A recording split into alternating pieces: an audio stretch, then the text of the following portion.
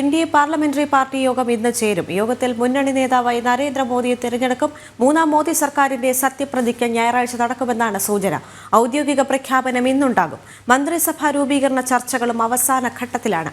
വിവരങ്ങളുമായി ഡൽഹിയിൽ നിന്ന് ജിഷ്ണു കൃഷ്ണനാണ് ചേരുന്നത്. Jishnu, good morning. നമുക്കറിയാം 7 സ്വതന്ത്രർ കൂടി പിന്തുണ പ്രഖ്യാപിച്ചതോടെ ഹാട്രിക് അടിച്ച് അധികാരത്തിൽ കൂടുതൽ ശക്തിയോടുകൂടി എത്തുകയാണ് നരേന്ദ്രമോദി സർക്കാർ. ഇപ്പോൾ സത്യപ്രതിജ്ഞാ ചടങ്ങിന് വേണ്ടിയുള്ള കൂടുതൽ ചർച്ചകൾ നടക്കുന്നുണ്ട്. എന്തൊക്കെയാണ് വിശദാംശങ്ങൾ?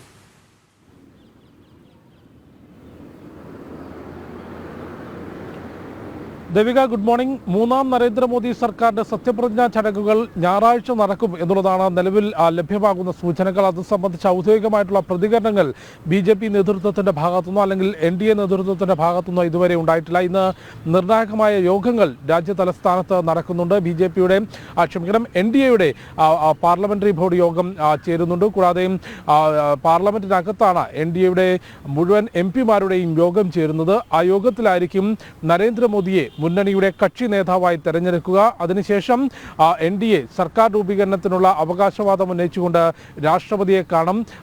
എത്ര അംഗങ്ങളുടെ ഭൂരിപക്ഷമുണ്ട് എന്ന് വ്യക്തമാക്കുന്ന പിന്തുണ കത്ത് രാഷ്ട്രപതിക്ക് കൈമാറും. തുടർന്നായിരിക്കും സത്യപ്രതിജ്ഞ എന്നായിരിക്കും എന്നുള്ളൊരു ഔദ്യോഗിക പ്രഖ്യാപനം NDA നേതൃത്വത്തിന്റെ ഭാഗത്തുനിന്നുണ്ടാവുക. നിലവിൽ ലഭ്യമാകുന്ന റിപ്പോർട്ടുകൾ പ്രകാരം ഞായറാഴ്ച വൈകിട്ട് സത്യപ്രതിജ്ഞ നടക്കും എന്നാണ് മനസ്സിലാക്കുന്നത്. പക്ഷേ അത് സംബന്ധിച്ചൊരു ഔദ്യോഗിക പ്രഖ്യാപനം ഇന്നുണ്ടാകേണ്ടതുണ്ട്. ഒപ്പം മന്ത്രിസഭാ രൂപീകരണ ചർച്ചകളും NDAയിൽ അവസാന ഘട്ടത്തിലേക്ക് എത്തി നിൽക്കുകയാണ്. JDU-വിനും ഒപ്പം TDS-നും തെലുങ്കുദേശം പാർട്ടിക്കും പ്രാതിനിധ്യം നൽകിക്കൊണ്ട് ചിരാഗ് പാസ്വാൻ ഉൾപ്പെടെയുള്ളവർക്കും പ്രാതിനിധ്യം നൽകിക്കൊണ്ടായിരിക്കും മൂന്നാം നരേന്ദ്രമോദി സർക്കാരിന്റെ രൂപീകരണം അല്ലെങ്കിൽ മന്ത്രിസഭാ രൂപീകരണം എന്നുള്ളതാണ് മനസ്സിലാക്കാൻ സാധിക്കുന്നത്. 292 അംഗങ്ങളുടെ പിന്തുണയുള്ള NDAയിൽ ഇതിനോടകം തന്നെ 305 അംഗങ്ങളുടെ പിന്തുണ സർക്കാർ രൂപീകരണത്തിന് ഉറപ്പിക്കാൻ NDAക്ക് സാധിച്ചിട്ടുണ്ട്. NDA ഘടകകക്ഷികളെ കൂടാതെ വടക്കുകിഴക്കൻ മേഖലയിലുള്ള 7 സ്വതന്ത്രർ കൂടാതെ മറ്റ് സ്വതന്ത്രരായി വിജയിച്ചു വന്നവരെയും കൂടെ നിർത്തിക്കൊണ്ട് 305 അംഗങ്ങളുടെ പിന്തുണ ഉറപ്പാക്കാനായിട്ടുണ്ട് എന്നുള്ളതാണ് NDA നേതൃത്വം വ്യക്തമാക്കിയിട്ടുള്ളത്. BJPയുടെ നേതൃയോഗങ്ങളും ഇന്ന് ചേരുന്നുണ്ട്. സംസ്ഥാന അധ്യക്ഷന്മാരും മുഖ്യമന്ത്രിമാരും ഉൾപ്പെടെ പങ്കെടുക്കുന്ന BJPയുടെ യോഗങ്ങളും ഇന്ന് BJP ദേശീയ ആസ്ഥാനത്ത് ചേരുന്നുണ്ട്. കഴിഞ്ഞ തെരഞ്ഞെടുപ്പിന്റെ വിശകലനം, ഒപ്പം ഏതെല്ലാം രീതിയിൽ മുൻപോട്ട് വരാൻ സാധിച്ചു, ഏത് രീതിയിലുള്ള പ്രവർത്തനങ്ങൾ നടത്തേണ്ടതുണ്ട്, എന്ത് മാറ്റങ്ങൾ വരുത്തേണ്ടതുണ്ട് എന്ന് സംബന്ധിച്ച വിശദമായ ചർച്ചകൾ ആ യോഗത്തിൽ ഉണ്ടാകും എന്നാണ് മനസ്സിലാക്കുന്നത്. അതിനായി സംസ്ഥാന അധ്യക്ഷന്മാർ, എല്ലാ സംസ്ഥാനങ്ങളിലെയും BJPയുടെ അധ്യക്ഷന്മാരും മുഖ്യമന്ത്രിമാരും എല്ലാം തന്നെ രാജ്യതലസ്ഥാനത്ത് എത്തിയിട്ടുണ്ട്. NDA MP-മാരിൽ എല്ലാവരും തന്നെ ഇന്നലെ രാത്രിയോടും ഇന്ന് രാവിലെയുമായി രാജ്യതലസ്ഥാനത്തേക്ക് എത്തിയിട്ടുണ്ട് എന്നുള്ളതാണ് മനസ്സിലാക്കുന്നത്. 11 മണിക്കാണ് NDAയുടെ MP-മാരുടെ യോഗം നിശ്ചയിച്ചിട്ടുള്ളത്. ആ യോഗത്തിലായിരിക്കും പ്രധാനമന്ത്രി അല്ലെങ്കിൽ നരേന്ദ്രമോദിയെ മുന്നണിയുടെ നേതാവായി തെരഞ്ഞെടുക്കുക. രാഷ്ട്രപതിയെ കണ്ട ശേഷം സർക്കാർ രൂപീകരണത്തിനുള്ള അവകാശവാദം ഉന്നയിക്കും. ഞായറാഴ്ച തന്നെ സത്യപ്രതിജ്ഞ ഉണ്ടാകും എന്നുള്ളതാണ് നമുക്ക് വിലയിരുത്താൻ സാധിക്കുന്നത്. അതോടൊപ്പം തന്നെ പ്രതിപക്ഷ നേതാവ് ആരായിരിക്കണം എന്നത് സംബന്ധിച്ചുള്ള ചർച്ചകൾ ഇന്ത്യ മുന്നണിക്കകത്തും നടക്കുകയാണ്. രാഹുൽ തന്നെ പ്രതിപക്ഷ സ്ഥാനത്തുണ്ടാകണമെന്ന വാശിയാണ് കോൺഗ്രസ് മുൻപോട്ട് വയ്ക്കുന്നത്. അതേസമയം പ്രതിപക്ഷ നേതാവ് എന്ന പദവിയിൽ മറ്റ് നേതാക്കൾക്കും കണ്ണുണ്ട് എന്നുള്ളത് തന്നെയാണ് മനസ്സിലാക്കാൻ സാധിക്കുന്നത്. കാരണം ക്യാബിനറ്റ് റാങ്കുള്ള പദവിയാണ്, രാജ്യതലസ്ഥാനത്ത് കൂടുതൽ അധികാരങ്ങളുള്ള പദവിയാണ്. അതുകൊണ്ട് തന്നെ പ്രതിപക്ഷ നേതൃസ്ഥാനത്ത് അല്ലെങ്കിൽ പ്രതിപക്ഷ നേതാവായി രാഹുൽ തന്നെ വരണമെന്ന് കോൺഗ്രസ് ആവശ്യം മുൻപോട്ട് വയ്ക്കുമ്പോഴും പ്രതിപക്ഷ നേതാവ് എന്ന സ്ഥാനത്തിന് ഇന്ത്യ മുന്നണിയിലെ മറ്റു നേതാക്കൾക്കും കണ്ണുണ്ട് എന്നാണ് മനസ്സിലാക്കുന്നത്. കഴിഞ്ഞ ദിവസം ചേർന്നിട്ടുള്ള ഇന്ത്യ മുന്നണിയുടെ യോഗത്തിൽ, പ്രതിപക്ഷ മുന്നണിയുടെ യോഗത്തിൽ നേതാവ് ആരായിരിക്കണം എന്നൊരു തീരുമാനത്തിലേക്ക് എത്താൻ സാധിച്ചിട്ടില്ല എന്നുള്ളതാണ് മനസ്സിലാക്കുന്നത്. അത് സംബന്ധിച്ച ചർച്ചകൾ ഇന്ത്യ മുന്നണിക്കുള്ളിലും പുരോഗമിക്കുകയാണ്. ഇത്തവണ കൂടുതൽ സീറ്റുകൾ നേടിക്കൊണ്ട് മുൻപോട്ട് വരാൻ ഇന്ത്യ മുന്നണിക്ക് സാധിച്ചു എങ്കിൽ പോലും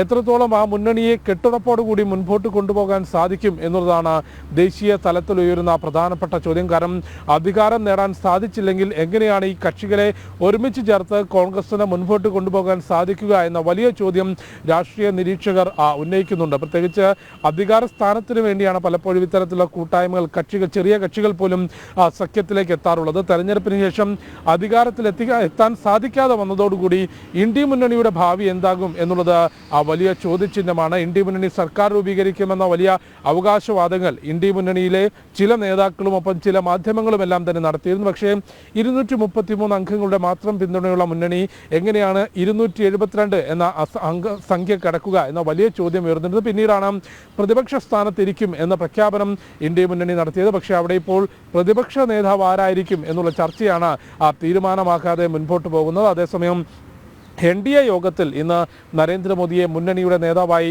തെരഞ്ഞെടുക്കുകയും ചെയ്യും. രാജ്യത്തെ എല്ലാ മേഖലകളിലും കൃത്യമായ സ്വാധീനം ഉയർത്തിക്കൊണ്ടാണ് ഇത്തവണ ലോക്സഭാ തെരഞ്ഞെടുപ്പിൽ BJP NDA സഖ്യത്തിന് മുൻപോട്ട് വരാൻ സാധിച്ചിട്ടുള്ളത്. നേരത്തെ രാജ്യതലസ്ഥാനത്തുൾപ്പെടെ NDAക്ക് വലിയ വെല്ലുവിളി ഉയർത്തും എന്ന് പ്രതിപക്ഷ മുന്നണി പ്രഖ്യാപിച്ചിരുന്നെങ്കിലും രാജ്യതലസ്ഥാനത്തെ 7 സീറ്റുകൾ, മധ്യപ്രദേശിലെ മുഴുവൻ സീറ്റുകൾ, ഹിമാചൽ പ്രദേശിലെയും ഉത്തരാഖണ്ഡിലെയും മുഴുവൻ സീറ്റുകളൊപ്പം ദക്ഷിണ ഭാരതത്തിൽ കേരളത്തിൽ അക്കൗണ്ട് തുറക്കുകയും തെലങ്കാനയിൽ 4 MP-മാരുണ്ടായിരുന്നത് ഇരട്ടിയായി വർദ്ധിപ്പിച്ചുകൊണ്ട് അത് 8 MP-മാരാക്കുകയും ആന്ധ്രാപ്രദേശിൽ മുൻപോട്ട് വരുന്നു. അത്തരത്തിൽ രാജ്യത്തിൻ്റെ വിവിധ മേഖലകളിൽ വ്യക്തമായ സ്വാധീനം ഉറപ്പിച്ചുകൊണ്ടാണ് മൂന്നാം നരേന്ദ്രമോദി സർക്കാരിൻ്റെ വരവ്. അതിൽ 305 അംഗങ്ങളുടെ പിന്തുണ ഇതിനോടകം ഉറപ്പാക്കാൻ സാധിച്ചിട്ടുണ്ട് എന്നുള്ളതാണ് NDA വ്യക്തമാക്കുന്നത്. ദേവിക.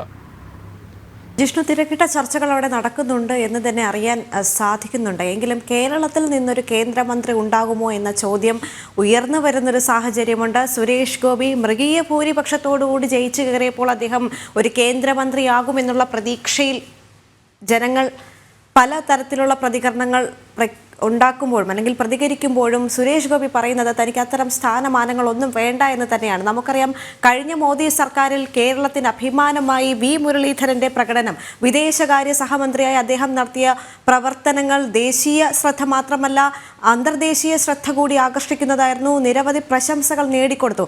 കേരളത്തിൻ്റെ യശസ് വാനോളം ഉയർത്തിയ ഒരു സംഭവം കൂടിയായിരുന്നു അത്. ഇത്തവണ കേരളത്തിൽ നിന്നൊരു നേതാവ് ഉണ്ടാകുമോ എന്നൊരു ചോദ്യം ഇപ്പോഴും ബാക്കിയാവുകയാണ്. അതിനുള്ള സാധ്യതകൾ കാണുന്നുണ്ടോ?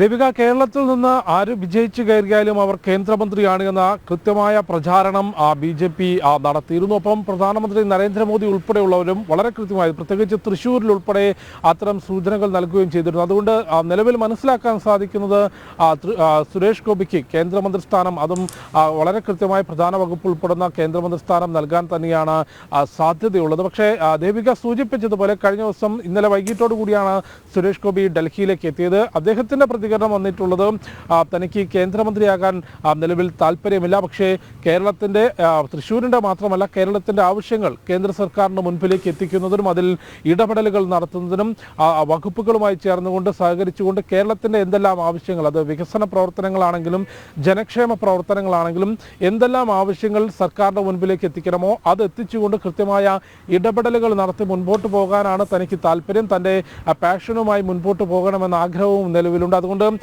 നിലവിലൊരു കേന്ദ്രമന്ത്രിയാകാൻ താല്പര്യമില്ല എന്നൊരു പ്രതികരണമാണ് സുരേഷ് ഗോപിയുടെ ഭാഗത്തു നിന്നുണ്ടായിട്ടുള്ളത്. പക്ഷേ അപ്പോഴും ദേശീയ നേതൃത്വം അല്ലെങ്കിൽ പാർട്ടി നേതൃത്വം നിർദ്ദേശം നൽകുന്നതനുസരിച്ച് പ്രവർത്തിക്കും എന്നുള്ളതും അദ്ദേഹം ചൂണ്ടിക്കാട്ടിയിട്ടുണ്ട്. അതുകൊണ്ട് കൃത്യമായും ദേശീയ നേതൃത്വത്തിൻ്റെ തീരുമാനം എന്താകും എന്നുള്ളതായിരിക്കും കേരളത്തിൽ നിന്നൊരു കേന്ദ്രമന്ത്രി എന്ന വിഷയത്തിലെ നിർണായകമാവുക. അതിൽ ദേശീയ നേതൃത്വം കേരളത്തിനൊരു കേന്ദ്രമന്ത്രി സ്ഥാനം നൽകാൻ തന്നെയാണ് സാധ്യതയുള്ളത് എന്ന് മനസ്സിലാക്കുന്നു. കാരണം ചരിത്ര നേട്ടമാണ് BJP കേരളത്തിൽ കൈവരിച്ചിട്ടുള്ളത്. വർഷങ്ങളുടെ കാത്തിരിപ്പ്, താമര ചിഹ്നത്തിൽ ഒരു ജനപ്രതിനിധിയെ ലോക്സഭയിലേക്ക് എത്തിക്കുക എന്നുള്ളത് കേരളത്തിലെ BJPയെ സംബന്ധിച്ച് അല്ലെങ്കിൽ ദേശീയ തലത്തിൽ തന്നെ BJPയുടെ ദേശീയ നേതൃത്വത്തെ സംബന്ധിച്ചും ഏറെക്കാലത്തെ പ്രവർത്തനത്തിൻ്റെ ഫലമായിട്ടാണ് അത്തരത്തിലൊരു വിജയത്തിലേക്ക് എത്തിയിട്ടുള്ളത്. അതുകൊണ്ട് ആ വിജയത്തിന് ഇരട്ടി മധുരം നൽകാൻ തീർച്ചയായും BJPയുടെ ദേശീയ നേതൃത്വം ശ്രമിക്കും എന്നുള്ള കാര്യത്തിൽ യാതൊരു സംശയവുമില്ല. നേരത്തെ തെരഞ്ഞെടുപ്പുകളിൽ വോട്ട് ശതമാനം ഉയർത്താൻ സാധിച്ചെങ്കിലും ജനപ്രതിനിധികൾ ഇല്ലാതിരുന്ന സമയത്തും ഈ മോദി സർക്കാരിൽ